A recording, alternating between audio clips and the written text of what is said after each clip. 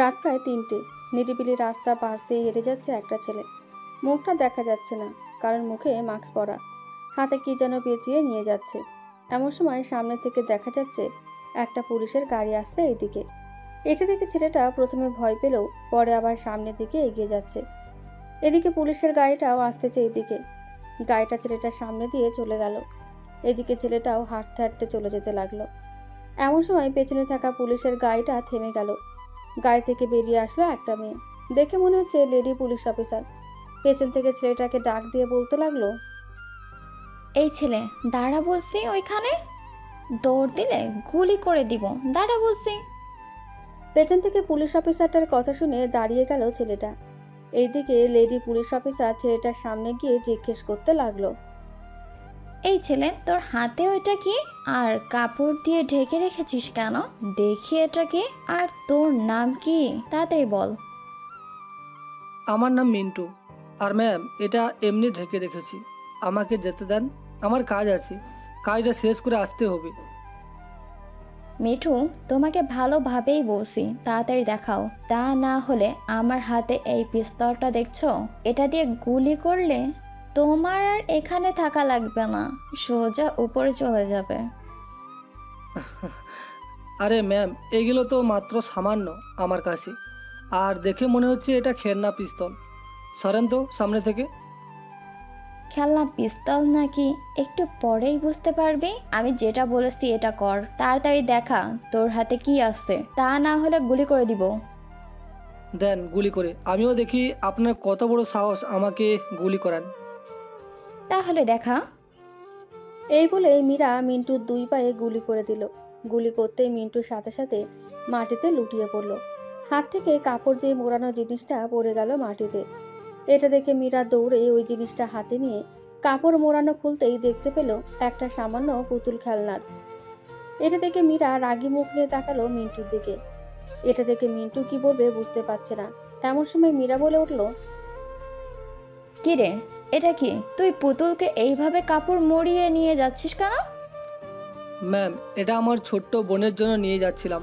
আসলে আমি অনেক গরিব, আমাকে কেউ কাজ দেয় নাই, তাই আমি এই পুতুলটা চুরি করেছিলাম। প্লিজ ম্যাম, আমাকে জেলে দিবেন না। আমি আর কখনোই চুরি করব না। চুরি যখন করেছিস, অপরাধ তো হয়েছেই। চল, তোকে নিয়ে আগে হসপিটালে যাই, এরপর না হয় কারাগারে বন্দি করব। এই বলে মীরা গাড়িটা নিয়ে আসলো মিন্টুর সামনে। মিন্টুর হাত ধরে গাড়িতে উঠিয়ে দিল। বেশ কিছুক্ষণ ড্রাইভ করার পর মিন্টুকে নিয়ে চলে আসলো হাসপাতালে। ডাক্তার মিন্টুর পা থেকে গুলিটা বের করে ব্যান্ডেজ করে দিল। দেখতে দেখতে ভোর হয়ে আসলো। ডাক্তারের কাছ থেকে রিলিজ দিয়ে মিন্টুকে নিয়ে চলে আসলো গাড়িতে, আর বলতে লাগলো, কি রে, তোর বাড়ি কোথায়? তাড়াতাড়ি বল, আবার যেতে হবে তোর বাড়িতে। আমার বাড়িতে যেতে হবে না ম্যাম, আমি একাই যেতে পারবো। আর একটু সাবধানে কাজ করবেন, কখন জানি ওই পুতুলটা আপনার উপর হামলা করে। এই বলে মিন্টু হুইল চেয়ারে বসে কোথায় যেন চলে গেল। এদিকে মীরা কি বলবে বুঝতে পারছে না। ভাবতে লাগলো মিন্টু কি বলে গিয়েছে, এই পুতুলের ভেতরে কি আছে এমন। এসব ভাবছে, এমন সময় পাশে তাকিয়ে দেখে মিন্টু নেই। তাই মীরা তার গাড়িটা নিয়ে চলে গেল থানায়। গেট দিয়ে প্রবেশ করতেই দারোয়ান বলতে লাগলো, আসসালামু আলাইকুম ম্যাম, পুলিশের প্রধান অফিসার এসেছেন। আপনার জন্য সেই কখন থেকে অপেক্ষা করছে, তাড়াতাড়ি ভিতরে যান। মীরা আর কিছু না বলে চলে গেল ভেতরে। গিয়ে দেখে পুলিশের প্রধান এসে তার চেয়ারে বসে আছে। মীরাকে দেখে পুলিশের প্রধান বলল, মীরা, তুমি সকালের নিউজ দেখছো নাকি? না স্যার। কেন, কি হয়েছে সকালের নিউজে? তুমি নিজে চোখে দেখে নাও কি হয়েছে। এই বলে মীরা টিভিটা চালাতেই দেখতে পেল কালকে যে ছেলেটাকে ধরেছিল সেই জায়গায় ওই জায়গায় খুন হয়েছে 5 জন বিশিষ্ট ব্যবসায়ী। ওইখানে একটা পুতুল রাখা ছিল। এটা দেখে মীরা তার হাতের দিকে তাকাতেই দেখতে পেল সেম পুতুল তার হাতেও। কিন্তু স্যার, আমি তো রাতেই ওই দিক থেকে ঘুরে এসেছি, কিন্তু কিছুই দেখি নাই। তবে একটা ছেলের হাতে এই পুতুলটা দেখেছি। পিস্তল মনে করে ছেলেটার 2 পায়ে গুলিও করেছি আমি। মীরা, যে করেই হোক, তুই এই কেসের আসামিকে তাড়াতাড়ি ধরে আনো। তা না হলে আমার মনে হচ্ছে আমাদের দেশের বিশিষ্ট ব্যবসায়ী একটাও থাকবে না। স্যার আমি না হয় তাকে ধরছিলাম, কিন্তু স্যার এখানে একটা কথা আছে, সে কেন খুঁজে খুঁজে এই 5 জনকেই মারলো, অন্যজনকে মারলো না কেন? নিশ্চয় এই 5 জন কিছু করেছে, তা না হলে তো কখনো কেউ কাউকে মারে না, তাই না? তুমি জানলে কি আর এখানে আসতাম? এই নাও কালকে রাতের ফুটেজ আর 5 জনের সকল কিছু। ডাক্তার মাহিন তোমাকে যেতে বলেছিল। কি দিবে তোমার হাতে, গিয়ে দেখে আসো। ঠিক আছে স্যার, এখন তাহলে আমি যাই। এই বলে মীরা আবার গাড়িতে উঠে চলে গেল। পোস্টমর্টম করার সেই জায়গায় ভেতরে ঢুকতেই মীরার গা শিউরে ওঠে, কারণ এইখানে সবগুলো লাশের সকল কিছু কাটা রয়েছে। মীরাকে দেখে ডাক্তার মহিম বলতে লাগলো, মীরা, তুমি আমার কেবিনে গিয়ে বসো, আমি আসতেছি 5 মিনিট পর। ঠিক আছে, আসেন। মীরা চলে গেল মহিমের কেবিনে। গিয়ে দেখে টেবিলের ওপরে কম করে হলেও 5 কেজির ওপরে ড্রাগস রাখা আছে। এটা দেখে মীরা একটা হাতে নিয়ে দেখতে লাগলো এটা কোন ধরনের ড্রাগস। সবগুলো দেখতেছে কিন্তু বুঝতেছে না এটা কোন ধরনের ড্রাগস। এমন সময় মহিন ভেতরে প্রবেশ করতে করতে বলতে লাগলো, মীরা, তাড়াতাড়ি ড্রাগসগুলো হাত থেকে রেখে দাও। মহিনের কথায় তাড়াতাড়ি হাত থেকে ড্রাগসগুলো রেখে দিল। মহিন তার হাতে গ্লাভস পরে ড্রাগসগুলো হাতে নিয়ে বলতে লাগলো, মীরা, এগুলো হচ্ছে অনেক ভয়ঙ্কর ড্রাগস। যে একবার এগুলো সেবন করে সে মানুষ এর মতো আচরণ কি পশুর মতো আচরণ করবে, আর সামনে যা পাবে তাই খাবে। এই দেখো, আমেরিকাতে এই ড্রাগসটা হয়তো কারো শরীরে সেবন করেছে। এখন আমেরিকার বেশিরভাগ মানুষই এই রোগটা হয়েছে, তবে এই 5 জনকে মেরে ভালোই কাজ করেছে। এই দেখো, এই 5 জনের পেট কাটার পর এগুলো বের হয়েছে। ও মাই গড, মোহিন স্যার, এটা কিভাবে সম্ভব? ওরা বেঁচে আছে কি করে? আমি নিজেও বলতে পারছি না মীরা, এটা কিভাবে সম্ভব। তবে আমি ওদেরকে ডক্টর রবিনের কাছে পাঠাচ্ছি, উনি বলতে পারবে কি করে ওরা বেঁচে আছে। আর এই ড্রাগসগুলো এইখানে রাখা যাবে না, অন্য জায়গায় রাখতে হবে, ঠান্ডা স্থানে। ঠিক আছে ডক্টর, আপনি যেটা ভালো হয় এটাই করুন। আর এই ড্রাগগুলো আমি আমার সাথে নিয়ে যাচ্ছি, একটা জায়গায় রেখে আসি। ঠিক আছে, সাবধানে যাও, তবে এই ড্রাগসগুলো যাতে কারো হাতে না পড়ে সেই দিকে খেয়াল রাখবে। ঠিক আছে, আপনিই ব্যবস্থা করে দিন কিভাবে নিয়ে যেতে হবে। একটু ওয়েট করো, আমি দিতেছি। ড্রাগসগুলো একটা প্লাস্টিকের বক্সে করে নিয়ে চলে গেল মীরা। গাড়িতে বসতেই গাড়িটা স্টার্ট দিয়ে যেতে লাগলো তার গন্তব্যস্থানে। এমন সময় কয়েকটা কালো পোশাক পরা লোকগুলো এসে মীরার গাড়ির সামনে দাঁড়ালো। মীরাও গাড়িটা থামিয়ে বলতে লাগলো, এই তোমরা কারা, আর আমার গাড়ির সামনে দাঁড়িয়ে আছো কেন? মিস মীরা, আপনার কাছে 1+ ড্রাগস আছে, ওইগুলো আমাদেরকে দিয়ে দাও, তা না হলে তুমি মারা যাবে। আমার জীবন থাকতে আমি কোনোদিনও এই ড্রাগগুলো আপনাদের হাতে তুলে দিব না। এই ড্রাগগুলো অনেক ক্ষতিকর হয়। মিস মীরা, আমি দেশের ভালোর জন্যই বলতেছি। কালকে রাতে আমি নিজেই 5 জনকে খুন করেছি। আমি সকল কিছু জানি বলেই তো আপনার পথ আটকিয়ে দাঁড়িয়ে আছি। আমি বিশ্বাস করি না আপনি যে তাদের মেরেছেন। এমন একটা ক্লু দেন যাতে আমি বিশ্বাস করতে পারি আপনি তাদের মেরেছেন। এই দেখেন কালকে রাতের ভিডিও। আমি জানি আপনি বিশ্বাস করবেন না। এখনও যদি বিশ্বাস না করেন তাহলে আমার আর কিছু করার নাই। আপনার কাছ থেকে জোর করে হলেও আমি এটা নিয়েই যাব।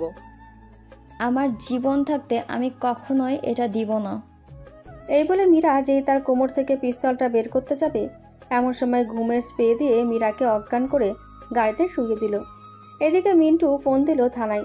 লোকেশনটা বলে দিয়ে বক্সটা নিয়ে চলে গেল একটা অফিসের সামনে। ভেতরে প্রবেশ করতেই একজন লোককে দেখে মিন্টু সালাম দিয়ে বলতে লাগলো, আসসালামু আলাইকুম স্যার, আমি নিয়ে এসেছি। এখন এইগুলো যে করেই হোক একটা ফাঁকা জায়গায় পুড়াতে হবে, যাতে কেউ আশেপাশে কারো উপর না পড়ে। আমি জানি তুমি এই কাজটা করতে পারবে। আমি তোমার হাতে এই পুরো কেসটা তুলে দিলাম। যাদের মারার কাজ মেরে ফেলো, বাকিটা আমি দেখব।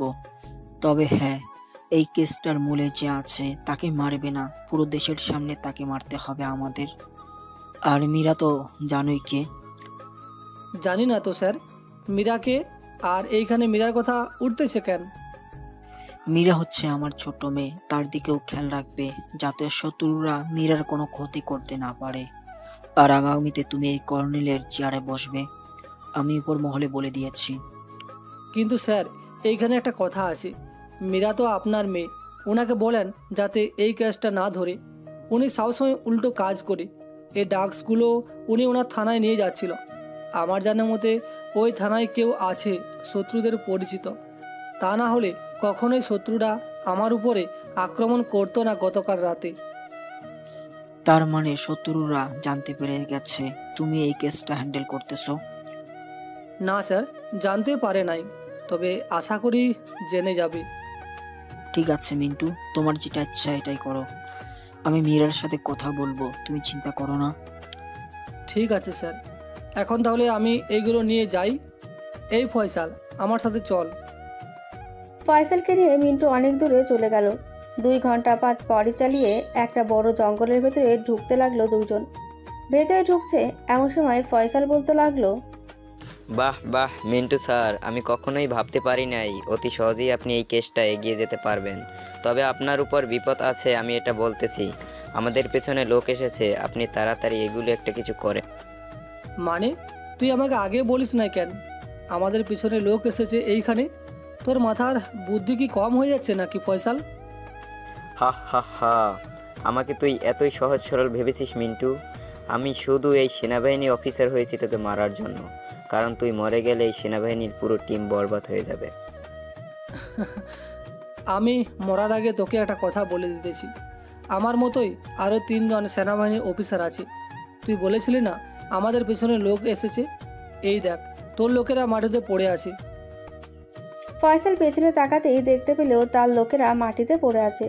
ওপরে একটা হেলিকপ্টার ঘুরছে। ফয়সালের বুঝতে আর বাকি রইল না এটা যে সেই 3 জন সেনা অফিসারের কাজ। যেই ফয়সাল দৌড়ে পালিয়ে যাবে এমন সময় মিন্টু তার কোমর থেকে পিস্তলটা বের করে গুলি করে দিল ফয়সালের 2 পায়ে। ফয়সাল উল্টে পড়ে গেল নিচে। এদিকে সেনা সদস্যদের মধ্যে থেকে 2 জন নিচে নেমে আসলো। মিন্টুকে উদ্দেশ্য করে বলতে লাগলো, মিন্টু তুই ঠিক আছিস তো? আমি ঠিক আছি, তবে এই শালাকে আগে বেঁধে ফেল। এরপর এই ড্রাগসগুলো পুড়িয়ে নি। এই নে মাস্ক পরে নে। দে। সবাই মাস্ক পরে একটা একটা করে ড্রাগসগুলো পোড়াতে লাগলো। এমন সময় একটা ড্রাগস পটাশ করে ফেটে ফয়সালের শরীর পড়তেই ফয়সাল অন্যরকম আচরণ করতে লাগলো। এটা দেখে আহমেদ বলতেছে, কিরে মিন্টু, ফয়সাল এমন আচরণ করছে কেন? এই দেখ, গাছ কামড়ে অর্ধেক কেটে ফেলেছে। এই ড্রাগসের জন্য এমন হয়েছে। তাড়াতাড়ি তাকে গুলি করে মেরে ফেল। আমি এই ড্রাগসগুলো পুড়িয়ে ফেলতেছি। মিন্টুর কথা শুনে আহমেদ ফয়সালকে গুলি করে মেরে ফেলল। ড্রাগসগুলো পুড়িয়ে ফেলে যেই চলে যাবে এমন সময় পেছন থেকে গুলি চড়ার শব্দ পেল মিন্টু। পেছনে তাকিয়ে দেখে সাইফুল গুলি করছে ফয়সালকে। কি রে সাইফুল, তুই আবারও ফয়সালকে গুলি করতেছিস কেন? মিন্টু, এই ড্রাগসটা অনেক ভয়ঙ্কর। ফয়সাল আবার উঠে গেছে, তাই গুলি করেছি। এর চাইতে ভালো হবে তাকে নিয়ে যাই। আরে বেটা, তাকে ধরলে তো আবার এইটার প্রভাব আমাদের শরীরে পড়বে। তুই বুঝতেছিস না কেন? আমি বুঝতেছি রে, তবে ফয়সালকে এইখানে রেখে গেলে এতে আরও বিপদ হবে আমাদের। ফয়সাল যদি আবার উঠে যায় তখন কি করব আমরা? তা ঠিক বলেছিস, চল কিছু একটা ব্যবস্থা করি। তবে তার আগে ফয়সালকে ফরেন্সিক ক্লাবে নিয়ে যাইতে হবে।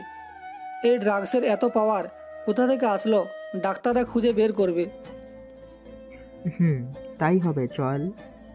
আহমেদ গাড়ি থেকে বড় একটা প্লাস্টিকের ব্যাগ এনে ফয়সালকে ভেতরে ভরে নিল আর বলতে লাগলো, সাবধানে তুলে নে। ফয়সালকে তুলে নিয়ে চলে গেল গাড়িতে। বেশ কিছুক্ষণ পর ফরেন্সিক ক্লাবে নিয়ে চলে আসলো। ডাক্তার ফয়সালকে দেখে অবাক হয়ে বলতে লাগলো, মিন্টু, তুমি তাড়াতাড়ি ফয়সালকে মেরে ফেলো, তা না হলে সে এমনি করবে, সে আবারও জীবিত হবে। স্যার, ফয়সাল আবারও কীভাবে জীবিত হবে এটা আমাকে বলেন। আমি তো তাকে এত গুলাগুলি করলাম, তবুও সে মরল না। আমি জানি না, আমি এখনই এন্টি ডোজ বানাতে পারি নাই। তুমি তার হাত পা পুরো বডি কেটে ফেলো। আমি পারবো না, আপনারা করান। আমি কীভাবে তার পুরো বডি কেটে ফেলবো? সে তো আমাদের বন্ধু ছিল, তাই না? ঠিক আছে, তোমরা বাইরে যাও, আর এই লাশটাকে যে করেই হোক মাটিতে পুঁতে ফেলতে হবে। তাকে বের করলে আবার সে এমন হবে। আচ্ছা, আগে তাকে মেরে ফেলান, বাকিটা দেখতেছি কি করা যায়। এই বলে মিন্টু চলে গেল বাইরে। আজকে সে তার নিজের হাতে বন্ধুকে গুলি করে মেরেছে, এটা সে ভাবতেই পারছে না। রাস্তার পাশ থেকে টং দোকান থেকে একটা সিগারেট কিনে খেতে লাগলো। এমন সময় পেছন থেকে সাইফুল বলতে লাগলো, আরে মিন্টু, তুই এসব কি করতেছিস? সিগারেট খাচ্ছিস কেন? আমরা তো আর তোকে মারতে চাই নাই। হঠাৎ করেই ড্রাগসের প্যাকেট ফেটে যায়, এরপর তো ফয়সালের শরীরে গিয়ে পড়েছে। তা তো দেখলাম, কিন্তু এই ড্রাগস কোথা থেকে আসে সব খোঁজ নে, তা না হলে আমাদের দেশ পুরো বরবাদ হয়ে যাবে। মিন্টু কথা বলছে এমন সময় তার ফোনটা বেজে উঠল। তাকিয়ে দেখে সেনাবাহিনীর কর্নেল ফোন দিয়েছে। কলটা রিসিভ করতেই ওই পাশ থেকে সেনাবাহিনীর কর্নেল বলতে লাগলো, মিন্টু, আমি এইসব কি শুনতেছি? ফয়সালকে নাকি তোমরা মেরে ফেলছো?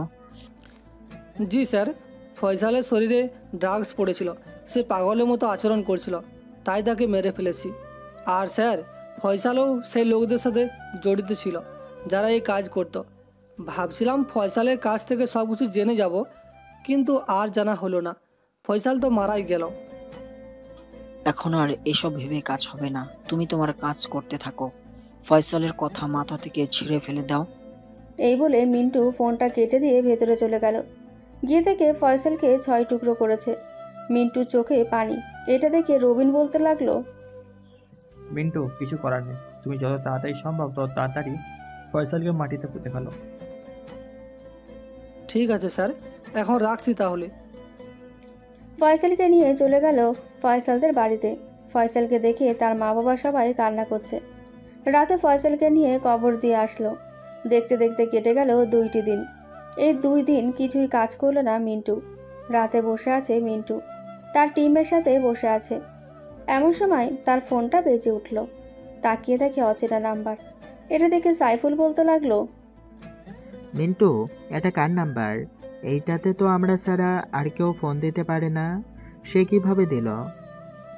চুপ, দেখি আগে কে ফোন দিয়েছে। কলটা রিসিভ করতেই ওই পাশ থেকে বলতে লাগলো, মিন্টু, আমি তোকে ছাড়বো না। তুই আমার ছেলেকে মেরে ফেলেছিস। আমি বাংলাদেশকে পুরো ধ্বংস করে দিব, মনে রাখিস, পুরো ধ্বংস করে দিব। খুব তাড়াতাড়ি দেখতে পারবি। রাখলাম এখন। ফোনটা কেটে দিল ওই পাশ থেকে। এইদিকে মিন্টু লোকেশন ট্র্যাকিং করার চেষ্টা করছে, কিন্তু পারছে না। কি হয়েছে রে? ট্র্যাকিং করতে পারছিস? না, পারি নাই। এটা ট্রেকিং করতে গেলে এই দেখ আরও 3টে দেশের ঠিকানা দেখাচ্ছে। তবে আমার মনে হচ্ছে যে কেউ এই নাম্বারটা কন্ট্রোল করতেছে এই 3টি দেশ থেকে। যে করেই হোক বিপদ থেকে রক্ষা করতেই হবে বাংলাদেশকে। শুন, যেহেতু লোকটা বলেছে ফয়সাল তার ছেলে, সেহেতু এইখানে বোঝা যাচ্ছে এখন যারা আছে তারা ফয়সালের বাবা মা না, অন্য কেউ হবে। আচ্ছা, আমি যাইতেছি, তাদের বাড়িতে গিয়ে দেখি কোনো কিছু বের করতে পারি নাকি, ফয়সালের আসল পরিচয়। তোরা যা, আমি এই দিকটা দেখতেছি। আহমেদ আর সাইফুল চলে গেল। এদিকে মিন্টু একটা সিগারেট ধরিয়ে টানছে আর ভাবছে কে হতে পারে এটা। সে কিভাবে এই একই টকির নাম্বার পেল? কে হতে পারে, কে হতে পারে? এসব চিন্তা করছে এমন সময় তার মনে পড়ে গেল একজন অফিসারের কথা। ফোনটা বের করে ফোন দিল সেনাবাহিনীর কর্নেলকে। কিছুক্ষণ রিং হতেই ওই পাশ থেকে একটা মেয়ে ফোনটা রিসিভ করে বলতে লাগলো, আসসালামু আলাইকুম, কে বলছেন? ওয়ালাইকুম সালাম, আমি সেনাবাহিনীর অফিসার মিন্টু বলতেছি। স্যারের কাছে ফোনটা দেন। আব্বু, এই নাও, মিন্টু নামে একজন ফোন দিয়েছে, কথা বলো তার সাথে। ফোনটা দিয়ে দিল সেনাবাহিনীর কর্নেলের হাতে। ফোনটা কানের কাছে নিতেই মিন্টু বলতে লাগলো, স্যার, আমি বুঝতে পারছি এসব কে করেছে। একজন সেনাবাহিনীর অফিসারকে অসম্মানিত করে বের করে দিয়েছিলেন, মনে আছে সেই কথা? তুমি কি আজমির এর কথা বলতেছো মিন্টু? জি স্যার, আমাকে আজমিরের সকল ঘটনা শুনিয়েছিলেন না? আমার মনে হচ্ছে সেই করতেছে এই কাজগুলো। এটা কি করে হতে পারে? আজমির তো মারা গেছে পানিতে পড়ে, তবে তার লাশ পাওয়া যায় নাই। অনেক খোঁজাখুঁজি করেছিল আমাদের অফিসাররা। তার মানে আজমিরের কাজ এটা, আর আজমিরের ছেলে হচ্ছে ফয়সাল। এখনও শিওর দিয়ে বলতে পারছি না, তবে সাইফুল আর আহমেদ গিয়েছে, দেখি ওরা কি খোঁজ নিয়ে আসে, এরপর আপনাকে জানাচ্ছি। ঠিক আছে মিন্টু, তুমি আমাকে সব কিছু জানাবে। যদি এটা আজমিরের কাজ হয়ে থাকে তাহলে আমি আজমিরকে ছাড়বো না। সে একে তো আমার দেশের থেকে সেনাবাহিনীর অফিসার হওয়া সত্ত্বেও মেয়ে পাচার করত, কিন্তু এখন সে করতে পারছে না বলে এইসব কাজ করতেছে। স্যার আমি খোঁজ নিয়ে জানাচ্ছি আপনাকে, আপনি চিন্তা করবেন না, আজকে রাতের মধ্যেই সব কিছু জেনে যাবেন আপনি। এই বলে ফোনটা কেটে দিল মিন্টু। এমন সময় তার ফোনটা বেজে উঠল। তাকিয়ে দেখে সাইফুল ফোন দিয়েছে। কলটা রিসিভ করতেই ওই পাশ থেকে বলতে লাগলো, মিন্টু, তুই যা সন্দেহ করেছিলি এটাই সেই আজমির, ফয়সাল তার ছেলে। বর্তমানে যারা ফয়সালকে লালন পালন করেছিল তাদের কাছ থেকে জানতে পেরেছি যে আজমির আগামী 3 মাসের ভেতরে চলে আসবে বাংলাদেশে। এই 3 মাসে বাংলাদেশকে পুরো ধ্বংস করে দিবে। সে কি যেন পাঠাচ্ছে বলেছিল। তাহলে তো আমাদেরকে আরও সাবধান হয়ে যেতে হবে, কি বলিস তুই? তা তো হতেই হবে। এক কাজ করি, আজমির তো আর বিমান আর নদীপথ ছাড়া আসতে পারবে না। আমাদের কিছু সিক্রেট অফিসারদের ওইখানে পাঠিয়ে দেই, যে কোনো সময় তো আসতে পারে আজমির। কি বলিস তুই? তুই নিজেই বিমানবন্দরে চলে যা, এইখানে তোর থাকাটা জরুরি, আর কড়া সিকিউরিটি গার্ড রাখবি। আশা করি সে ছদ্মবেশে আসবেই, আমরা তো আর তাকে চিনি না, তাই না? এখন সে আসলেও বুঝবো কি করে? এটা বুঝবো কি করে আমিও ভাবতেছি রে। তবে চিন্তা করিস না, এখন যারা ফয়সালের মা বাবা ছিল, ছোট্ট একটা ক্লু হলেও তো তাদের কাছ থেকে পাবো। কি বলিস তুই? গিয়ে দেখ পাস কিনা, আমি দেখতেছি এই দিকটা কি করা যায়। মিন্টু চলে গেল তার কন্ট্রোল রুমে। গিয়ে কম্পিউটারে দেখতে লাগলো আজমিরের কোনো ছবি আছে কিনা। অনেক চেষ্টা করার পর কয়েকটা ছবি বের করতে পারলো। ছবি বের করার পর সালটা দেখতে পেল মিন্টু। 2009 সাল, এখন 2024 সাল। পার্থক্য 15 বছরের। এই 15 বছরে কতটা পরিবর্তন হয়েছে আজমিরের, এটা মিন্টু বুঝতেই পারছে। বেশ কিছুক্ষণ পর সাইফুলের ফোন কল। মিন্টু, ছবি তো পেয়েছি, এখন কি করব বল? ছবিটা আমার হোয়াটসঅ্যাপে পাঠাতো দেখি। আর 15 বছরের তফাৎ, এখন কি সে আর আগের চেহারা মতো আছে? বুঝতেই পারছি না। আমি তোকে একটা ইমেলের মাধ্যমে অ্যাপসে পাঠিয়েছি। এটার মাধ্যমে আশা করি কিছুটা হলেও চেহারা 15 বছরের পরিবর্তন করতে পারবি। দেখ। ঠিক আছে, দেখি। সাইফুল ফোনটা কেটে অ্যান্সারটা পাঠিয়ে দিল। এদিকে মিন্টু কম্পিউটারে অ্যান্সারটা ইনস্টল করে আজমিরের ছবিটা দিতেই 15টা বছর পরের সকল কিছু পরিবর্তন হতে লাগলো। 2024-এর ছবিটা আসতেই মিন্টু পাঠিয়ে দিল সবাইকে। দেখতে দেখতে চলে গেল 10টি দিন। বিকালে বসে আছে মিন্টু তার কেবিনে। এমন সময় সাইফুলের phone call. Hello Mintu. Saiful বল। তুই যেই ছবিটা পাঠিয়েছিস এই ছবিটার সাথে একজনের মুখ মিলে যাচ্ছে বেশ কিছুটা। তাকে কি বসিয়ে রাখবো নাকি ছেড়ে দেব? তাকে ছেড়ে দিয়ে তার পিছু কর, আর লোকেশনটা বল, আমি আসতেছি। ঠিক আছে, আয়। মিন্টু ফোনটা কেটে দিয়ে চলে গেল নিচে। গিয়ে দেখে বাইক এবং গাড়ির টায়ারের পাংচার করা। এটা দেখে দারোয়ানকে বলতে লাগলো, দারোয়ান চাচা, গাড়ির চাকার পাংচার করেছে কি? দেখেছেন নাকি আপনি? দেখছি আমি। আমাদের নতুন অফিসার এসেছেন, উনি গাড়ির চাকার পাংচার করেছেন। ও আচ্ছা, আমি বাইরে চলে যাচ্ছি, আসবো 1 ঘন্টা পর। আমার কথা কেউ জিজ্ঞাসা করলে বলবেন যে বাসায় গিয়েছে। ঠিক আছে বাবা, তুমি যাও। মিন্টু হাঁটতে হাঁটতে চলে আসলো 3 রাস্তার মোড়ে। এসে দেখে আহমেদ দাঁড়িয়ে আছে। মিন্টুকে দেখে আহমেদ বলতে লাগলো, মিন্টু বাইকটা নিয়ে যা, আমাদের নতুন অফিসার তো পিছু করছে, তাকে আটকাতে হবে। ঠিক আছে, আর তাকে আমাদের গুপ্ত ঘরে আটকিয়ে রেখে আসবি। মিন্টু বাইকটা নিয়ে চলে গেল বিমানবন্দরে। গিয়ে দেখে আজমিরকে চেক করছে সাইফুল। এমন সময় মিন্টুকে দেখে আজমির বলতে লাগলো, স্যার দেখেন তো, ওরা আমাকে সেই 2 ঘন্টা ধরে আটকে রেখে চেক করতেছে। আমার মেয়ে হসপিটালে ভর্তি আছে, তাকে দেখতে এসেছে। এই সাইফুল, ওনাকে ছেড়ে দাও বলতেছি। সরি স্যার, আপনাকে এই 2 ঘন্টা বসিয়ে রেখেছি, চলেন আপনাকে দিয়ে আসি। সাইফুল, তোর যেতে হবে না, আমি দিয়ে আসতেছি, চলেন স্যার। আমাদের কারণে আপনার দেরি হয়ে গেছে। সেহেতু আপনাকে আমরাই দিয়ে আসবো। না স্যার, যেতে হবে না, আপনি থাকেন এইখানেই। আমি আমার গাড়ি করে চলে যেতে পারবো, একটু পর আমার গাড়ি চলে আসবে। আরে কি বলেন, আপনার গাড়ি আনতে হবে না, চলেন আপনার মেয়েকেও দেখে আসি, আবার আপনাকেও দিয়ে আসি। ঠিক আছে, চলেন। আজমিরকে নিয়ে চলে আসলো হাসপাতালে। একটা কেবিনের সামনে আসতেই একটা মহিলা এসে আজমিরকে জড়িয়ে ধরে কান্না করতে করতে বলতে লাগলো, ওগো, আমার মেয়ের কি হয়ে গেল গো? আমার মেয়েকে বাঁচাও, তুমি আমার একমাত্র মেয়ে, আমার মেয়েকে বাঁচাও। তুমি চিন্তা করো না, আমার মেয়ে বেঁচে যাবে, একটু ধৈর্য ধরো, আল্লাহ আমাদের মেয়েকে বাঁচিয়ে দিবে। স্যার, আপনাকে ধন্যবাদ, আপনি আমাদের জন্য অনেক কিছু করেছেন। কি আর করতে পারতাম। আচ্ছা আপনারা থাকেন, আমি যাই। এই বলে মিন্টু চলে যেতে যাবে, এমন সময় একটা নার্স মিন্টুকে ডাক দিয়ে বলতে লাগলো, স্যার, ওনাদের ওইখান থেকে সরান তো। ওনারা সেই কখন থেকেই বাহানা করতেছে ওইখানে ভিতরে একটা মেয়ে অসুস্থ অবস্থায় শুয়ে আছে, আর এইখানে চিল্লাচিল্লি করলে অনেক সমস্যা হবে। কেন, ওনারা কি এই মেয়ের বাবা মা না?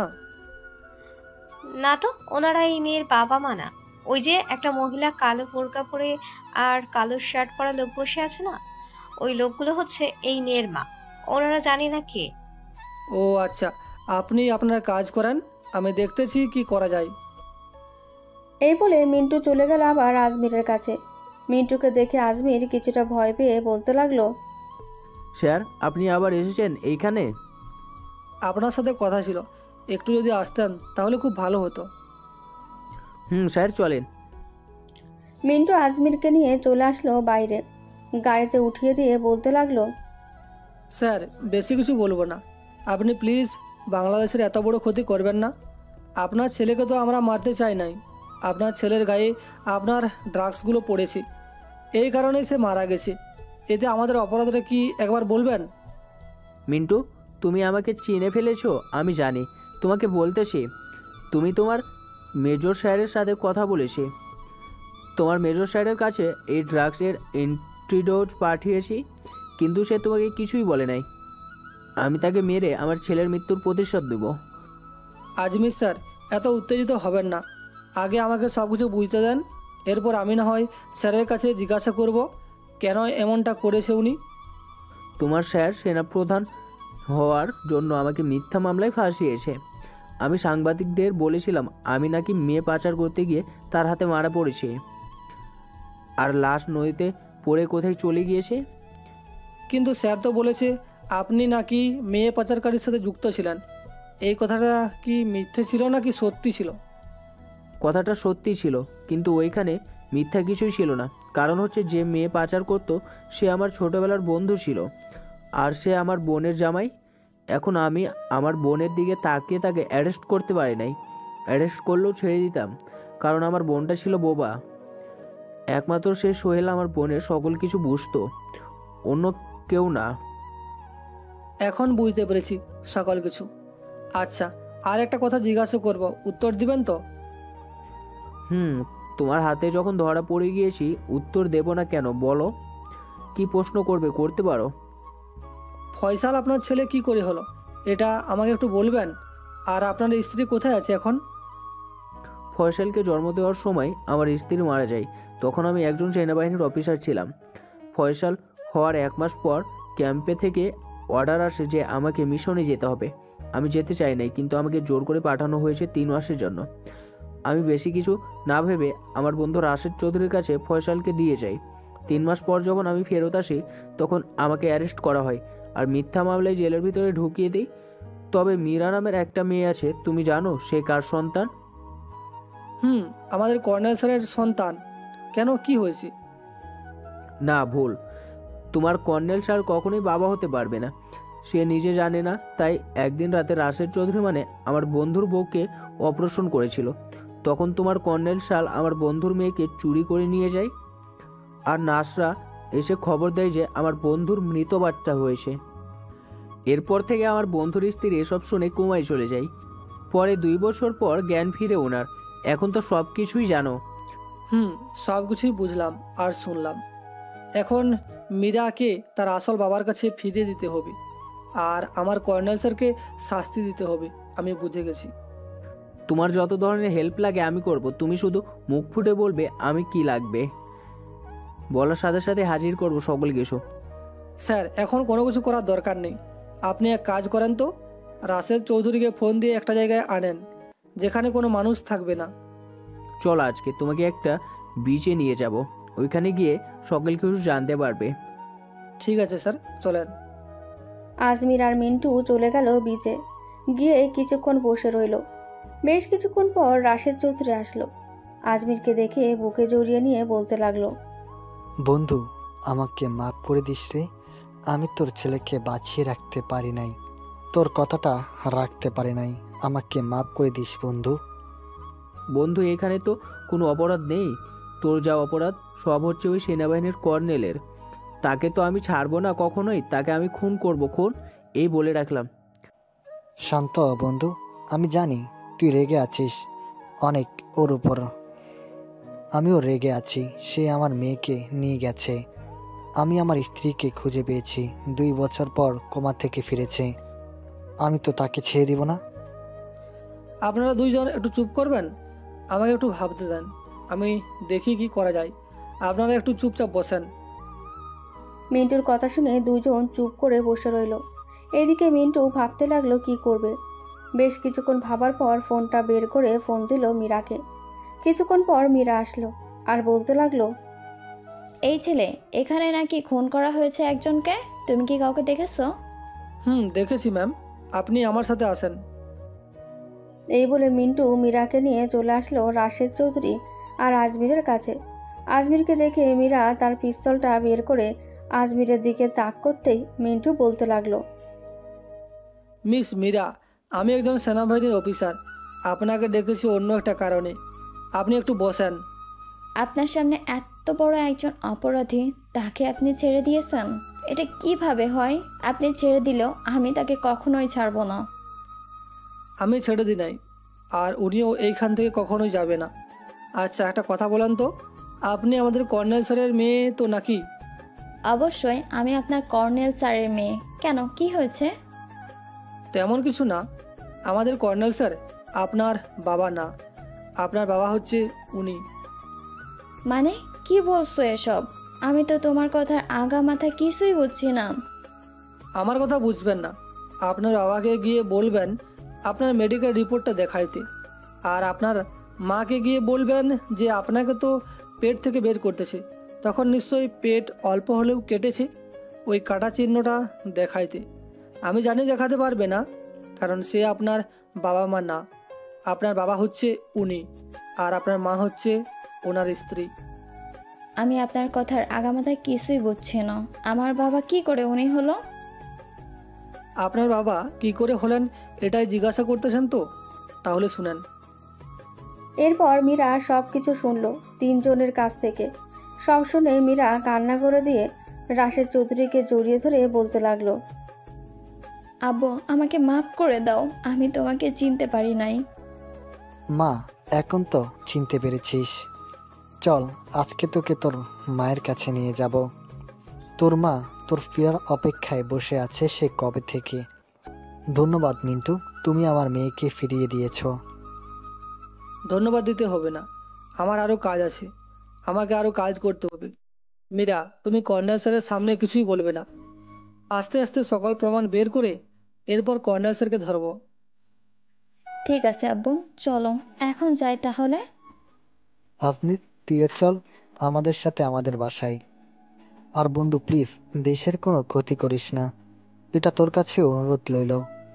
মিন্টু সব কিছু ঠিক করে নিবে, তুই দেখে নিস। ঠিক আছে, মিন্টুর ওপর ভরসা করলাম। আর মিন্টু, আমার ছেলেকে যেইভাবে মেরেছো এর থেকে বড় শাস্তি যাতে পায় তোমার কর্নেল স্যার। আমি সব প্রমাণ আদালতের কাছে দিব, এরপর আদালত তার কাজ করবে। এখন আপনারা যান, আমি আসতেছি। সবাই চলে গেল। এদিকে মিন্টু গাড়ি চালিয়ে চলে আসলো অফিসে। এসে তাকে কর্নেল স্যার বসে আছে। কর্নেল স্যারকে দেখে মিন্টু বলতে লাগলো, স্যার, কিছুদিন ধরে দেখতেছি আপনি অফিসে বেশি সময় দিতেছেন, কোনো সমস্যা হয়েছে নাকি? না, কোনো সমস্যা হয় নাই, তবে একটা কথা, সাইফুল বলেছে আজকে নাকি তুমি আজমিরকে ধরেছো, তাকে নিয়ে আসো নাই? স্যার, এটা আজমির ছিল না, এটা অন্য একজন ছিল। কারণ আজমির যদি হতো তাহলে তো আর তার বাচ্চা থাকতো না। আমি সকল কিছু খোঁজ নিয়েছি, আজমির এখনও আমেরিকাতে। ও আচ্ছা, আজমিরকে আসলে তাকে ধরে আমাকে খবর দিবা। আমি নিজ হাতে দেশদ্রোহীদের জবাই করে দেব, মারবো। ওকে স্যার, আপনি সাবধানে থাকবেন। শুনেছি আজমিরের লোকেরা আপনাকে খুঁজতেছে মারার জন্য। আপনি নাকি বেআইনি কাজ করেন, মানে মেয়ে পাচারকারীদের সাথে যুক্ত আছেন। কে বলেছে তোমাকে এই কথাটা? আমাকে একবার বলো, তার ধর থেকে মুন্ডুটা আলাদা করে দিব, এই বলে দিলাম। না স্যার, নাম বললে তো আপনি আপনার কাজ করবেন, তাই নাম বলবো না। আগে সব কিছু প্রমাণ পাই, এরপর না হয় বাকি সব কিছু করবো। আপনি যদি অপরাধী না হয়ে থাকেন তাহলে এত কথা বলেন কেন? তো বলবে না মিন্টু, তুমি নিজেই বলো তো, নিজের নামে যদি এইসব কথা কেউ বলে তাহলে আমি তোমার কেমন লাগবে? জানি খারাপ লাগবে। আচ্ছা স্যার, মীরাকে পরিচয় করে দিতে পারবেন আমার সাথে? ওনার সাথে জরুরি কিছু কথা ছিল। ঠিক আছে, পরিচয় করিয়ে দিব না। এখন তুমি তোমার কাজ করো, আমি বাড়িতে গেলাম। ঠিক আছে স্যার, যান তাহলে। সেনাবাহিনীর কর্নেল চলে গেল। এদিকে মিন্টুও চলে আসলো হাসপাতালে। 19 বছর আগের ফাইলগুলো খুঁজতেছে। বেশ কয়েকটা খুঁজতেই পেয়ে গেল। এদিকে সেই ডাক্তারকে খুঁজতে খুঁজতে সময় লেগে গেল 3 দিন। দেখতে দেখতে মীরার প্রায় অনেক ডকুমেন্টস বের করে ফেলেছে। রাতে মিন্টু বসে আছে অফিসে, এমন সময় তার ফোনটা বেজে উঠল। তাকিয়ে দেখে তার আম্মু ফোন দিয়েছে। কলটা রিসিভ করতেই ওই পাশ থেকে বলতে লাগলো, কিরে মিন্টু বাবা, বাড়িতে আসবি না তুই? আজকে 1 বছর হয়ে গেছে, এখনো তুই আসছিস না। আমাদের উপরে রাগ করে আছিস নাকি? না আম্মু, রাগ করেনি। আসলে আমি একটু কাজে ব্যস্ত তো, তাই আর কি আসতে পারছি না। দেখি এই কেসটা সমাধান করে একবার ঘুরে আসবো বাড়ি থেকে। ঠিক আছে, আয়। আর এই নে, তোর বাবা কথা বলবে। হ্যালো আব্বু, কেমন আছো? আলহামদুলিল্লাহ, ভালো আছি বাবা। তুই কেমন আছিস? আমিও ভালো আছি আব্বু। খাওয়া দাওয়া করছো তো রাতে? করেছি। তোকে একটা কথা বলতে চাইছিলাম, যদি তুই অনুমতি দিস তাহলে বলতাম। আব্বু বলো, অনুমতি নিতে হবে না। আসলে তোর মা তো অসুস্থ, আমি ভাবছিলাম কি তোর জন্য একটা মেয়ে দেখতে যাব, তোর সাথে বিয়ে দেওয়ার জন্য। এখন তুই যদি অনুমতি দিস তাহলেই যাব, তাছাড়া যাব না। এখন না আব্বু, আমি বাড়িতে আসলে এরপর যাবে মেয়ে দেখতে। এর আগে মেয়ে দেখা দেখি করবে না, বলে দিলাম। ঠিক আছে, তুই যেটা বলবি এটাই হবে। আচ্ছা, এখন খাওয়া দাওয়া করে ঘুমা, রাখি তাহলে এখন। মিন্টু কথা বলে ফোনটা কেটে দিল। বেশ কিছুক্ষণ পর সাইফুল আসলো আর বলতে লাগলো, কিরে মিন্টু, ওই দিন না তুই আজমিরকে ধরেছিস? তাহলে কর্নেল স্যারের কাছে মিথ্যা বললি কেন? কেন মিথ্যা বলেছি সব জানতে পারবি। এখন স্যারকে কিছু বলিস না। আমি কিছু প্রমাণ জোগাড় করতেছি, জোগাড় করা শেষ করে এরপর তোমাকে বলবো কেন ধরি নাই। ঠিক আছে। আর কর্নেল স্যার আমাকে কক্সবাজার পাঠাচ্ছে, ওইখানে নাকি একটা মিশন হবে, আমাকে যেতে বলতেছে। আমি আমার টিম নিয়ে চলে যাই, কি বলিস তুই? ঠিক আছে, চলে যা, আর সাবধানে মিশন করিস। আমাদের অফিসারদের যাতে কোনো ক্ষতি না হয় সেদিকে খেয়াল রাখিস। তুই কোনো চিন্তা করিস না, আমাদের অফিসারদের কোনো কিছুই হবে না। আমাদের অফিসাররা খুব ভালো থাকবে এবং মিশনও ভালোভাবে শেষ করবে। তুই শুধু দোয়া করিস। সবার জন্যই দোয়া করি রে, কারো জন্য কম, কারো জন্য বেশি না, সবার জন্য সমান সমান দোয়া করি। মিন্টু কথা বলছে, এমন সময় তার ফোনটা বেজে উঠল। তাকিয়ে দেখে মীরা ফোন দিয়েছে। কলটা রিসিভ করতেই ওই পাশ থেকে মীরা বলতে লাগলো, হ্যালো, কোথায় আছেন আপনি এখন? এই তো অফিসে আছি। কেন, কোনো সমস্যা হচ্ছে নাকি? এত রাতে ফোন দিয়েছেন যে? না, তেমন কোনো সমস্যা হয় নাই। আপনি একটু আসতে পারবেন বাড়িতে? আব্বু আপনাকে কিছু ডকুমেন্ট দিবে বলেছে। আচ্ছা, আমি একটু পর আসতেছি, রাখছি এখন। ঠিক আছে, আসেন। মিন্টু কথা বলে চলে গেল বাইরে। গাড়িটা নিয়ে রওনা দিল রাশেদ চৌধুরীর বাসার উদ্দেশ্যে। লুকিং গ্লাসের দিকে তাকাতেই দেখতে পেল তার গাড়ির পেছনে কর্নেল স্যারের গাড়ি। মিন্টু আর বুঝতে বাকি রইল না যে কর্নেল স্যার তার পিছু করছে। এটা দেখে মিন্টু গাড়িটা ঘুরিয়ে নিয়ে তার বাড়ির রাস্তার দিকে যেতে লাগলো। বেশ কিছুক্ষণের মধ্যে চলে গেল বাড়িতে। কলিং বেল দিতেই মিন্টুর আম্মু এসে দরজা খুলে দিল। মিন্টুকে দেখে বলতে লাগলো, বাবা তুই না বলেছিস একটা কাজ শেষ করে আসবি, এখনই চলে আসলি যে? আবার চলে যাব আম্মু, এখনই। আব্বু কোথায়? আব্বুকে ডাক দাও, আব্বুর সাথে কথা বলবো। তোর আব্বু তো ঘুমাচ্ছে, ভিতরে আয়, আমি ডেকে আনি। ঘুমাইলে থাক, ডাকতে হবে না, আমি আসবো আবার পরে, এখন চলে যাই। এই বলে মিন্টু চলে আসলো গাড়িতে। পেছনে তাকিয়ে দেখে এখনও পেছনে গাড়ি আছে। এটা দেখে মিন্টু ফোন দিল মীরাকে। বেশ কয়েকবার ফোন দিতেই ওই পাশ থেকে ফোনটা রিসিভ করলো মীরা আর বলতে লাগলো, কি ব্যাপার, আপনাকে সেই কখন বলেছি আসার জন্য, আপনি এখনো আসলেন না যে?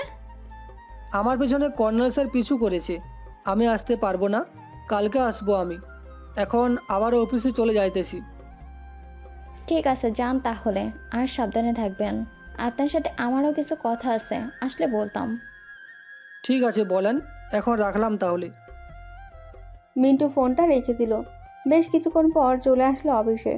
এসে দেখে সাইফুল দাঁড়িয়ে আছে আর একজন মেয়ে অফিসার সাইফুলের গলা জড়িয়ে ধরে বসে আছে টেবিলে। এটা থেকে মিন্টু কয়েকটা ছবি তুলে নিল আর ভেতরে ঢোকার আগে সাইফুলকে ফোন দিয়ে নিল যাতে সাইফুল বুঝতে পারে মিন্টু এসেছে। অফিসে প্রবেশ করতেই সব কিছু আগের মতো। এদিকে সাইফুল দাঁড়িয়ে আছে। সাইফুলকে দেখে মিন্টু বলতে লাগলো, সাইফুল, এই কয়েকদিন ধরে মনে হচ্ছে আমাদের এইখানে মশাগুলো অনেক বড় বড় হয়ে গেছে, তাই না রে? কামড় দিলে অনেকটুকু জায়গায় লিপস্টিক থাকে। মানে বুঝলাম না, মশায় কামড় দিলে তো রক্ত থাকবে, লিপস্টিক থাকবে কি করে? একটু ওয়াশরুমে গিয়ে আয়নায় দেখে আয় তো, আর একটু দেরি করে আসিস। আর সাইমা, একটু শুনে যাও তো। জি স্যার, বলেন কি বলবেন? তা তোমাদের রিলেশন কতদিন ধরে চলতেছে? আমাকে তো বলো নাই কখনোই। আসলে স্যার আমি বলতে চাইছিলাম, সাইফুল আমাকে বলছে না বলতে, তাই আর বলি নাই। ভালো কাজ করেছো, তবে এইখানে কোনো কিছু যাতে না দেখি। আর সাইফুলকে বলবে কালকে তার আব্বু আম্মুকে নিয়ে তোমাদের বাড়িতে যাইতে, বিয়েটা করে ফেলো, আর কত একা থাকবে। আমি তো তাকে কবে থেকেই বলছি, সে যাচ্ছে না। এখন আপনিই বলে দেন, আপনার কথা তো আবার শুনে সে। ঠিক আছে, তুমি যাও। মিন্টুর কথা বলা শেষ করে বসে আছে। এমন সময় সাইফুল আসলো আর বলতে লাগলো, সরি স্যার, আসলে মশাটা একটু বেশি বড় ছিল তো, তাই আর কি, লিপস্টিকের দাগটাও অনেক বড় হয়ে গেছে। হয়েছে হয়েছে, আর মশাই কামড় খেতে হবে না। কালকে তোর আম্মু আব্বুকে নিয়ে মশাদের বাড়িতে যাবি, আর এক সপ্তাহের মধ্যে বিয়ে করে নিবি, বলে দিলাম। ঠিক আছে, তাহলে তো ছুটি লাগবে আমার, তখন কি করব? ছুটি তো লাগবেই, বুঝতে পারছি। এখন এক কাজ কর, তোর গুপ্তচরদের নাম্বার দিয়ে যা, আর তাদের বলবি সব খবর আমাকে দিতে। ঠিক আছে স্যার, সব খবর আপনাকে দিয়ে দেব। আর কালকে তো একটা মিশন আছে, আমাকে যেতে বলেছিল। এখন আমি কি করে যাব? আপনি তো বলতেছেন বিয়ে করার জন্য। তোর সেটা নিয়ে চিন্তা করতে হবে না, তুই যা, আমি দেখে নিব নে। আর আহমেদ তো আছেই, তাকে না হয় পাঠাবো মিশনে, আর সে না যাইলে আমি যাব। কালকের মিশনটা করেই যাই একেবারে, তাহলেই তো হয়। এ তো বেশি সমস্যাও থাকলো না, আপনার কাজেরও সমস্যা হলো না। ঠিক আছে, তাহলে কালকেই যাস। আর সায়েমা, তুমি বাড়িতে চলে যাও, সকালে তোমাকে আর কাজ করতে হবে না। সাইফুল, সায়েমাকে আর কাজ করতে দিস না। বিয়ে করে ফেললে আর কাজ করতে দিব না, এখন এই কয়েকদিন করুক। কয়েকদিনও করতে হবে না, সকালে বলবি রিজাইন দিয়ে চলে যাইতে। ঠিক আছে। মিন্টু আর সাইফুল কথা বলতে লাগলো। বেশ কিছুক্ষণ কথা বলতে বলতে সকাল হয়ে গেল। সকাল 10টা। খাওয়া দাওয়া করে মিন্টু চলে গেল কর্নেলের বাড়িতে। কলিং বেল দিতে কর্নেলের স্ত্রী এসে দরজা খুলে দিল। মিন্টুকে দেখে হাসি মুখ নিয়ে বলতে লাগলো, মিন্টু বাবাজি, ভেতরে আসো। তা কি খবর, তোমার অফিস কেমন চলতেছে? ভালো চলতেছে ম্যাম। তা মীরা কোথায়? ওনাকে একটু ডাক দেন তো, ওনার সাথে একটা কেসের ব্যাপারে কথা আছে। মীরা তো বাড়িতে আসছে না 7 দিন ধরে। কি যেন একটা মিশনের কাজে গেছে। তোমার স্যার বাসায় আছে, ডেকে দিব নাকি? ডেকে দেন, স্যারের সাথে কথা বলি একটু। তুমি বসো, আমি এক্ষুনি ডেকে দিতেছি। এই বলে কর্নেলের স্ত্রী চলে গেল ওপরে। বেশ কিছুক্ষণ পর দুইজন চলে আসলো নিচে। কর্নেলকে দেখে মিন্টু বলতে লাগলো, স্যার আজমের 1 মাস পরে আসবে বলেছে, তাকে কি মেরে ফেলবো নাকি আপনার সামনে নিয়ে আসবো? তাকে আমার কাছে নিয়ে আসবে। দেশ থেকে মেয়ে পাচার করেছে, ওইটার বিচার করব আগে, এরপর অন্যটার বিচার করব। ঠিক আছে স্যার, আর কালকে একটা মিশন হবে, ওই মিশনে আমি যাব। সাইফুল ছুটি নিয়েছে, কাল থেকে সে অফিসে আসবে না। কেন সাইফুল হঠাৎ ছুটি নিয়েছে? তাকে তো বলেছিলাম সকল মিশন শেষ না অবধি ছুটি পাবে না। তাহলে সে কোন হিসাবে ছুটি নিল, আর কার কাছ থেকেই বা ছুটি নিল? আমার কাছ থেকে ছুটি নিয়েছে, কারণ আমি একজন সিনিয়র সেনাবাহিনীর অফিসার, আমার কাছ থেকে ছুটি নিতেই পারে। মিন্টু, আমি তোমাকে এখনই সাসপেন্ড করলাম। তুমি আর সেনাবাহিনীর চাকরি করতে পারবে না। চলে যাও এখান থেকে।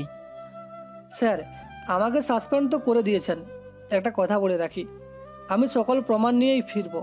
আপনাকে কর্নেলের জায়গা থেকে টেনে হেঁচড়ে জেলের ভেতরে নিয়ে যাব, মনে রাখেন। এই বলে মিন্টু চলে গেল বাইরে। একটা রিক্সা নিয়ে সোজা চলে গেল বাড়িতে। মিন্টুকে দেখে তার মা বাবা খুব খুশি। যা বাবা, ফ্রেশ হয়ে খাবার দেবো তোকে। আম্মু আমি এখন খাবো না, আমি খাবার খেয়ে এসেছি, তোমরা আমাকে ডাকবে না, আমি কাজ করব এখন। ঠিক আছে, যা তাহলে।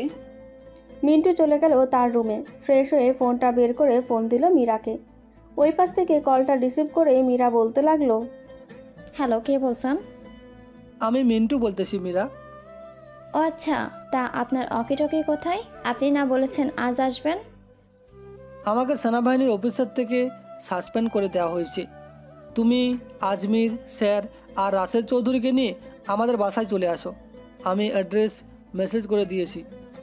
ঠিক আছে, মেসেজ করে দেন। মীরা মেসেজ করে অ্যাড্রেসটা পাঠিয়ে দিল। এদিকে মিন্টু ছাদে বসে সকল ফাইল থেকে একটা একটা করে কপি করতে লাগলো। বেশ কয়েকটা কপি করার পর কবুতরের খোপের নিচে একটা ফাইলে করে রেখে দিল, যাতে এই কাগজগুলো কেউ না পায়। নকল কাগজগুলো হাতে নিয়ে বসে আছে মিন্টু। বেশ কিছুক্ষণ পর ওরা আসলো। মীরা মিন্টুর হাত থেকে ফাইলটা নিয়ে বলতে লাগলো, এটা তো সেনাবাহিনীর কর্নেল, এর সব প্রমাণ আছে তাই না? এটাই সকল প্রমাণ আছে মীরা, এখন শুধু তাকে গ্রেপ্তার করার পালা। আর কয়েকদিন পর অন্য দেশ থেকে বড় একটা পাচারকারীর দল আসবে আমাদের দেশ থেকে নারী পাচার করতে। ও আচ্ছা, ওইটা নিয়ে তোমাকে চিন্তা করতে হবে না, আমি একাই পারবো সব কিছু করতে। আব্বু আঙ্কেল আপনারা একটু নিচে যান, আমি একটু মিন্টুর সাথে কথা বলবো।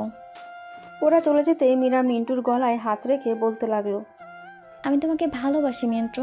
যেদিন তোমাকে প্রথম দেখেছিলাম শপিং মলের সামনে ফাইট করতে, ওই দিন থেকেই আমি তোমাকে ভালোবাসি।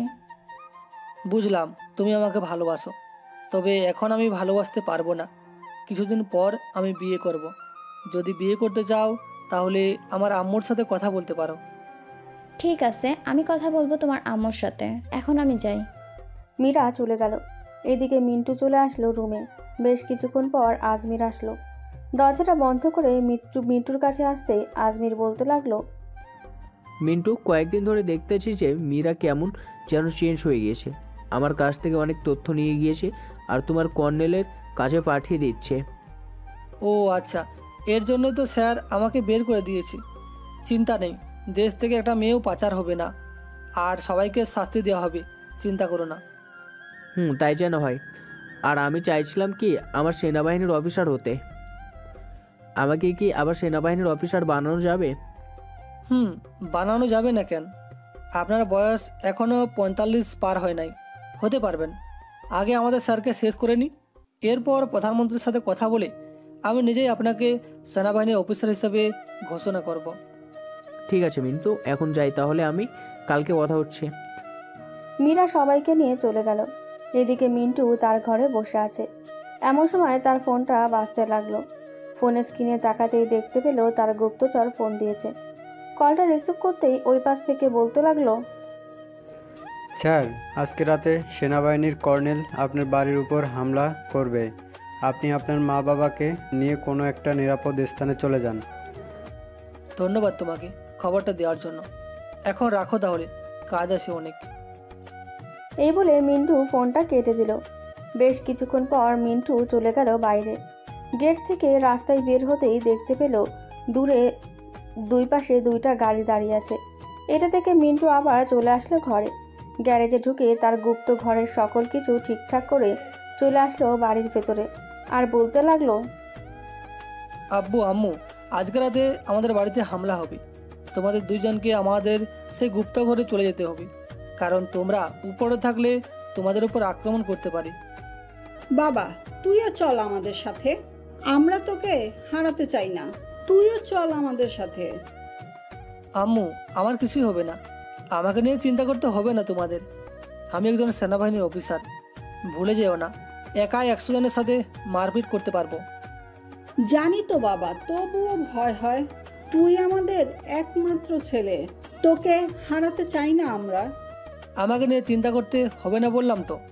তোমরা এখনই চলে যাও আমার সেই গুপ্ত ঘরে। ঠিক আছে, চল যাই। মিন্টু তার আম্মু আব্বুকে নিয়ে চলে গেল সেই গুপ্ত ঘরে। গিয়ে দেখে সব কিছুই আছে।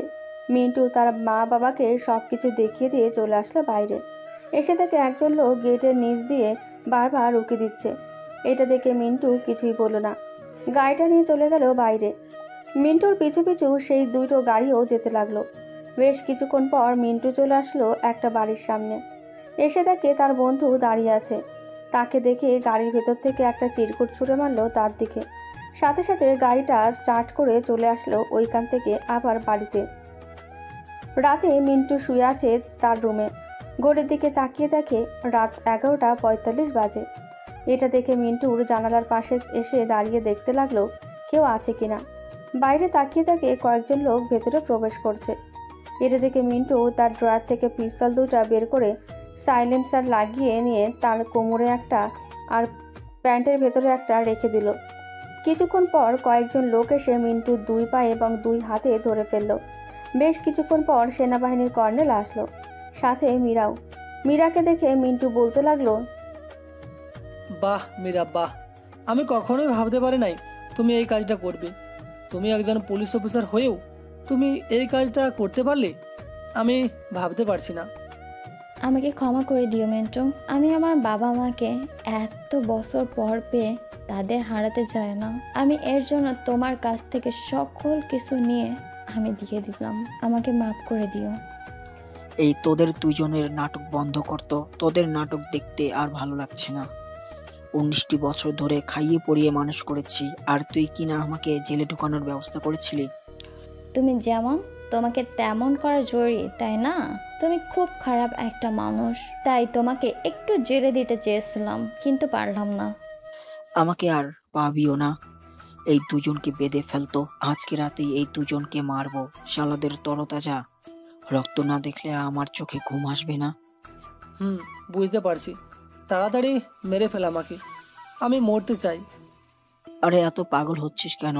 মারবো তো মারবই, আগে সকল প্রমাণ নিয়ে নেই, এরপর না হয় মারবো তোমাদের। আর কি প্রমাণ চাস?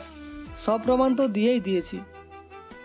কয় কি? আমি তো পাই নাই সকল প্রমাণ। কিছুদিন আগে যে একজনকে খুন করেছি, সেই খুনের কিছু ভিডিও আর কিছু ছবি তোর কাছে আছে আমি জানি।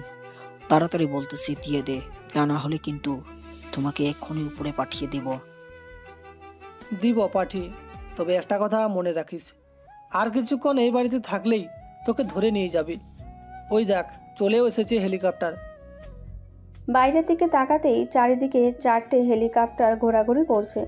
এটা দেখে আবারও মিন্টু বলতে লাগলো, তোর ভাগ্য যদি ভালো হয় তাহলে এখনও পালাতে পারবি। তাড়াতাড়ি পালিয়ে যা, তা না হলে পরে ওরা যদি নিচে নেমে যায় তখন আর পালাতে পারবি না, এই বলে দিলাম। এই সবাই তাড়াতাড়ি চলো, এখনই আমাদের এই দেশ ছেড়ে অন্য দেশে চলে যেতে হবে, তা না হলে আমরা মারা যাব। যে ঘরের ভেতর থেকে বাইরে যাবে এমন সময় ভেতরে প্রবেশ করলো সাইফুল, তার পুরো ফোর্স নিয়ে। এটা দেখে কর্নেল ভয় পেয়ে বলতে লাগলো, সাইফুল, তোমাকে না আমি পাঠিয়েছিলাম মিশনে, তাহলে তুমি এখনই চলে আসলে যে? আমি জানি ওইটা মিশন না, কোনো ওইখানে আমাকে এমনিতেই পাঠাতে চাইছিলেন। আমিও বাহানা করে গাড়ি নিয়ে বের হয়ে গিয়েছিলাম। পুরো এলাকা ঘুরে আবার এইখানে এসেছি আপনাকে ধরার জন্য। এই, তোমরা দাঁড়িয়ে কি দেখতেছো? সবাইকে ধরে ফেলো। আমাকে ধরতে আসলে আমি কিন্তু সবার গায়ে ড্রাগসটা ছুঁড়ে ফেলবো, পরে তো জানোই কি হবে। কথাটা শেষ না হতেই পেছন থেকে মিন্টুর তার পিস্তলটা বের করে গুলি করে দিল কর্নেলের পায়ে। সাথে সাথে ড্রাগস এর প্যাকেটটা সাইফুল ক্যাশ করে নিল যাতে নিচে না পড়ে। মিন্টু বিছানা থেকে নেমে এসে কর্নেলের শার্টের কলার ধরে বলতে লাগলো, বলেছিলাম না আমি তোকে এইখান থেকে টানতে টানতে জেলে নিয়ে যাব। চল এখন তোকে জেলের ভাত খাইয়ে আনি। আর মীরা, ধন্যবাদ আমার প্ল্যান মতো কাজ করার জন্য। মানে আমি তোমার প্ল্যান মতো কাজ করেছি মানে? তোমাকে পরে খুলে বলবো আমার প্ল্যান মতো কী কাজ করেছো। এখন তোমরা চলে যাও, আমি এই শালাকে টেনে হেঁচড়ে জেলের ভিতরে নিয়ে যাব। ঠিক আছে, যাচ্ছি তাহলে। মিন্টু কর্নেলকে টেনে হিঁচড়ে নিয়ে চলে আসলো মেন রোডে। বেশ কিছুক্ষণ এইভাবে টেনে হিঁচড়ে নিয়ে যেতে লাগলো। এইদিকে কর্নেলের অবস্থা পুরো টাইট, হাত পা থেকে রক্ত পড়ছে দেখে মিন্টু বলতে লাগলো, তোকে দেখে মায়া হচ্ছে আমার অনেক। চল গাড়ি করে নিয়ে যাই, কালকে তোর বিচার করবে প্রধানমন্ত্রী সকল মিডিয়ার সামনে। এই বলে কর্নেলকে নিয়ে চলে আসলো তাদের অফিসে। এসে দেখে প্রধানমন্ত্রী বসে আছে। প্রধানমন্ত্রীকে সালাম দিয়ে বলতে লাগলো, আসসালামু আলাইকুম স্যার, আপনি এইখানে তাও আবার এত রাতে কি করেন? এসেছি এই কর্নেলকে দেখার জন্য। ছি ভাই ছি, আমার ভাবতেও ঘৃণা হচ্ছে। তুই আমার ছোট ভাই। মিন্টু, এইটাকে জেলের ভেতরে রেখে দাও। সকালে আমি আসব 10টার দিকে এসে এরপর ওর বিচার করব। আর আজমিরকে বলবে থাকার জন্য। ঠিক আছে স্যার। প্রধানমন্ত্রী চলে গেল। এদিকে কর্নেলকে জেলের ভেতরে রেখে মিন্টু চলে আসলো থানায়। গুপ্ত ঘর থেকে তার মা বাবাকে বের করে আনলো। বাবা, তোর কোনো ক্ষতি হয়নি তো? ওরা তোর কিছু করতে পারে নাই তো? না আম্মু, ওরা আমার কিছুই করতে পারবে নাই। তোমরা টেনশন করো না, ওরা আমার কিছুই করতে পারবে না। তাদেরকে ধরে ফেলেছি। ভালো কাজ করেছিস, তোর তো কাজ শেষ। আমরাও না হয় তোর জন্য মেয়ে খোঁজা শুরু করে দেই, কি বলিস তুই? ঠিক আছে, দাও। মিন্টু কথা বলতেছে, এমন সময় তার ফোনটা বেজে উঠল। তাকিয়ে দেখে সাইফুল ফোন দিয়েছে। কলটা রিসিভ করতেই ওই পাশ থেকে বলতে লাগলো, স্যার, প্রধানমন্ত্রী এসেছে। আপনাকে বলতেছে সকল প্রমাণ নিয়ে আসার জন্য। আপনি তাড়াতাড়ি আসেন। একটু বসতে বল, আমি আসতেছি কিছুক্ষণের মধ্যে। ঠিক আছে স্যার, বলতেছি। মিন্টু ফোনটা কেটে চলে গেল ছাদে। কবুতরের খোপের নিচ থেকে ফাইলটা বের করে নিয়ে চলে গেল অফিসে। সকল কাগজপত্র প্রধানমন্ত্রীর হাতে দিতেই প্রধানমন্ত্রী এক এক করে দেখতে লাগলো আর বলতে লাগলো, বাবা, তোকে কর্নেল বানিয়ে আমি ভুল করেছিলাম রে। তুই যে দেশের এত বড় ক্ষতি করবি আমি কখনোই ভাবতে পারি নাই। তোর ভুলের জন্য তুই কখনোই বাবা ডাক শুনতে পারবি না। আমার কথাও যদি দিন শুনতিস তাহলে কখনোই এমনটা হতো না। যাক, ভালোই হয়েছে, তোর আর চিন্তা নেই। মারা গেলেও তোর জন্য কেউ কান্না করবে না। তোর স্ত্রীকে তো তুই নিজে হাতে মেরেছিস কালকে রাতে। কি করব বলো, আমার কি বা করার বাকি আছে? 21টি বছর পার হয়ে গেছে। এত ডাক্তার, এত কবিরাজ দেখালাম, কিন্তু বাবা ডাক শুনতে পারলাম না। আমাকে যেহেতু ধরে ফেলবি, তাই আমি নিজের হাতে আমার স্ত্রীকে মেরেছি, আর আমিও মারা যাব। ভালো সিদ্ধান্ত নিয়েছিস, তবে তাকে না মারলেও পারতিস। ভাবিকে কিন্তু আরেকটা বিয়ে দেওয়া যায় তো। কি আর বলবো? মিন্টু, মীরা, আজমির, রাশেদ, তোমরা বলো তাকে কি শাস্তি দেব? কারণ আমি তো মিন্টুর কাছে সকল কিছুই শুনেছি। এখন শুধু তাকে শাস্তি দেওয়ার পালা। আমার একটা প্রশ্ন ছিল স্যার। করতে পারো। কি প্রশ্ন করবে তাকে? আচ্ছা স্যার, আপনাকে তো আমি অনেক সম্মান করতাম, তাই না? আমার ব্যাপারে আপনি সব কিছু জানেন। আমাকে সেনাবাহিনীর অফিসার থেকে বরখাস্ত করছেন, তাতে আমার আফসোস নেই। আমার ছেলেকে বাঁচানোর জন্য আপনাকে একটা অ্যান্টিডোট দিয়েছিলাম, সেটি কি করেছেন আপনি? আমার ছেলেকে দেন নাই, উল্টো অন্য পশু পাখির ওপরে এটা ছড়িয়ে দিয়েছেন। এখন সকল পশু পাখি মারা যাচ্ছে। সরি আজমির, আমাকে মাফ করে দাও। আমি তোমার ছেলেকে মেরে ফেলেছি। আমি চাইলেই পারতাম, কিন্তু বাঁচাই নাই। আমাকে মাফ করে দাও। আমি আপনাকে অভিশাপ দিলাম, আপনি কখনোই জান্নাতে বাসী হতে পারবেন না। এই বলে আজমির চলে গেল। এদিকে প্রধানমন্ত্রী হাতে একটা তলোয়ার নিয়ে বলতে লাগলো, আমাকে মাফ করে দিস। আমি এই শাস্তি ছাড়া অন্য কোনো শাস্তি দিতে পারলাম না, তা আমাকে মাফ করে দিস ভাই। এই বলে প্রধানমন্ত্রী এক কোপে গলা ফেলে দিল কর্নেলের। যে যেমন কাজ করবে সে তেমন শাস্তি পাবে। কর্নেলের শরীরটা দুই ভাগ হয়ে গেল। বেশ কিছুক্ষণ পর কর্নেলকে নিয়ে চলে গেল ওরা। দেখতে দেখতে কেটে গেল 10টি দিন। রাতে মিন্টু শুয়ে আছে বিছানায়। এমন সময় তার ফোনটা বেজে উঠল। তাকিয়ে দেখে প্রধানমন্ত্রী ফোন দিয়েছে। কলটা রিসিভ করতেই ওই পাশ থেকে বলতে লাগলো, মিন্টু, কালকে তুমি সবাইকে নিয়ে অফিসে চলে আসবে, সাথে আজমিরকেও আনবে। তোমাদের সাথে কিছু কথা বলবো। ঠিক আছে স্যার, আসবো। আপনি কখন আসবেন? আমি চলে আসবো 10টার দিকে। তোমরাও 10টার আগে আগে থাকবে। ঠিক আছে স্যার। মিন্টু কথা শেষ করে ঘুমিয়ে গেল। সকাল 10টা। সবাই বসে আছে অফিসের বড় একটা কেবিনের ভেতরে। বেশ কিছুক্ষণ পর প্রধানমন্ত্রী আসলো। চেয়ারে বসতে বসতে বলতে লাগলো, আমি আজকে সবাইকে কেন ডেকেছি জানেন? না স্যার, জানি না। কেন ডেকেছেন? আজকে মিন্টুকে সেনাবাহিনীর কর্নেল হিসেবে ঘোষণা করব। আর আজমির, তুমি কি আবার সেনাবাহিনীর অফিসার হয়ে থাকতে চাও, নাকি চাকরি করার ইচ্ছে নেই? বয়স তো স্যার হয়ে গিয়েছে, এখন ঢুকলে আবার কয়েকদিন পর রিজাইন নিতে হবে। তার চাইতে ভালো না ঢুকাই। আপনি মিন্টুকে সেনাবাহিনীর কর্নেল বানিয়েছেন, আমি অনেক খুশি হয়েছি। সবার সাথে কথা বলে প্রধানমন্ত্রী চলে গেল। এদিকে মিন্টুও চলে আসলো বাসায়। রাতে খাবার টেবিলে বসে আছে। এমন সময় মিন্টুর মা মিন্টুর সামনে কয়েকটা ছবি রেখে বলতে লাগলো, দেখ তো কোন মেয়েটা পছন্দ হয়, এইখান থেকে তোর। মিন্টু খাবার খাচ্ছে আর ছবিগুলো দেখছে। ছবির ভেতর থেকে মীরার ছবিটা বেরিয়ে আসলো। বেশ মায়াবী মুখ, চোখ দুটো ডানা কাটা হরিণের মতো দেখতে, চোখ দুটো চিকন, এত গভীর মনোযোগ দিয়ে দেখতেছে পিকটা। এটা দেখে মিন্টুর আম্মু বলতে লাগলো, আমাদেরও মেয়েটা পছন্দ হয়েছিল, ভাবছিলাম বলবো, কিন্তু এখন দেখি তোরও পছন্দ হয়েছে। কালকে না হয় বলি মেয়েদের বাড়ির লোকদের আসার জন্য। কি বলিস তুই? বলো। মিন্টু খাওয়া দাওয়া করে চলে গেল তার রুমে। বিছানায় শুয়ে পড়তেই ঘুম চলে আসলো। সকাল 10টা। ঘুম ভাঙলো কারো মিষ্টি কণ্ঠের স্বরে। এই যে শুনছেন, সকাল 10টা বাজে, উঠুন। আমার আব্বা আম্মুকে নিয়ে এসেছি, তাড়াতাড়ি ফ্রেশ হয়ে নিচে আসেন। মিন্টু চোখটা খুলতেই দেখতে পেল মীরা বসে আছে আর কথাগুলো সে বলতেছে তাকে। এটা দেখে মিন্টু বলতে লাগলো, আচ্ছা তুমি নিচে যাও, আমি ফ্রেশ হয়ে আসতেছি। ঠিক আছে, আসো তাহলে। মীরা চলে গেল নিচে। এদিকে মিন্টু ফ্রেশ হয়ে চলে আসলো নিচে। এসে থেকে মীরার মা আম্মু আব্বু এসে বসে আছে। তাদের দেখে মিন্টু বলতে লাগলো, আসসালামু আলাইকুম, কেমন আছেন আপনারা? আলহামদুলিল্লাহ ভালো আছি। মিন্টু, তুমি কেমন আছো? আমিও ভালো আছি। বিআই সাহেব, ছেলে তো আমাদের আগের থেকে পছন্দ হয়েছে। এখন আপনি কবে বলেন বিয়ে ঠিক করতে? আমি আর কি বলবো, মিন্টু যেটা বলবে এটাই হবে। কি রে মিন্টু, তুই বল কবে বিয়ে ঠিক করবি? আব্বু, আমি আজকে রাতেই শুধু কাজে ডেকে বিয়ে করে ফেলবো, আর কোনো অনুষ্ঠান হবে না। তা কি করে হয় বিআই সাহেব? আপনি তো শুনলেন, এখন আপনি বলেন কি বলবেন।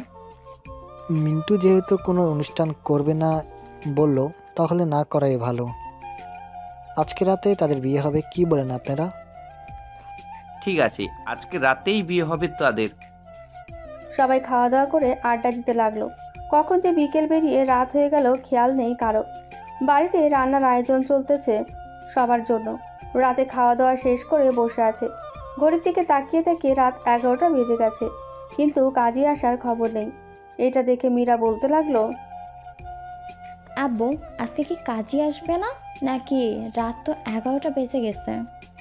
আসবে আসবে, ওই তো চলে এসেছে। কলিং বেলটা বাজতেই দরজা খুলে দেখে কাজী এসেছে। কাজীকে সকল কিছু দিয়ে দিল। বেশ কিছুক্ষণের মধ্যে কাজী তার সকল নিয়মকানুন মেনে বিয়ে পড়িয়ে দিয়ে চলে গেল। এদিকে মীরা আর মিন্টু চলে আসলো ঘরে। দরজাটা লাগিয়ে দুজন 2 রাকাত নফল নামাজ পড়ে বিছানায় বসে পড়ল। এদিকে মিন্টু মীরার কানের কাছে গিয়ে বলতে লাগলো, বউ একটু মাথাটা টিপে দিবা, অনেক ব্যথা করতেছি। আসো, আমার কোলে মাথা রেখে শুয়ে পড়ো, আমি টিপে দিচ্ছি। মীরা মিন্টুর মাথা টিপে দিতেছে আর গল্প করছে। এদিকে মিন্টু মীরার পেট থেকে শাড়িটা সরিয়ে চুমু দিতেছে বারবার, আর মীরা কেঁপে কেঁপে উঠে বলছে, এই কি করছো তুমি? এসব করো না, আমার কেমন জানি লাগে। কেমন লাগে গো বউ? জানি না কেমন লাগে। তাহলে আর একটু লাগিয়ে দিই, দেখো কেমন লাগে। ঠিক আছে। এই বলে মিন্টু মীরার ঠোঁট জোড়া দখল করে নিল। এইভাবে 30 মিনিট থাকার পর মিন্টু মীরাকে ছেড়ে দিতেই মীরা হাঁপাতে হাঁপাতে বলতে লাগলো, আমাকে মেরে ফেলবে নাকি? এইভাবে কে কিস করে? মীরার কথা শেষ না হতেই আবার ঠোঁট জোড়া এক করে দিল। বাকিটা ইতিহাসের 1202 নাম্বার পাতায় লেখা আছে। এখন আপনারা বিদায় হন। আবারও দেখা হবে নতুন কোনো গল্পে। ধন্যবাদ সবাইকে।